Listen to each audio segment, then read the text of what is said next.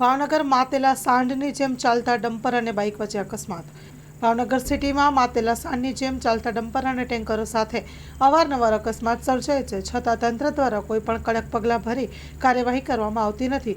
ફરી એકવાર ગઈ રાત્રિના ભાવનગર ડોન ચોક વિસ્તારમાં ડમ્પર અને બાઇક વચ્ચે અકસ્માત સર્જાયો હતો।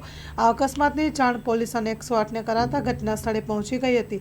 તોકીફ યુનુસભાઈ ગોગારી નામના વ્યક્તિને તાત્કાલિક સારવાર અર્થે સરટી હોસ્પિટલ ખાતે ખસેડવામાં આવ્યો હતો। Story report by Anil Gohil, Bhavnagar સાથે કેમેરામેન મનાલ રાજ્યગુરુ।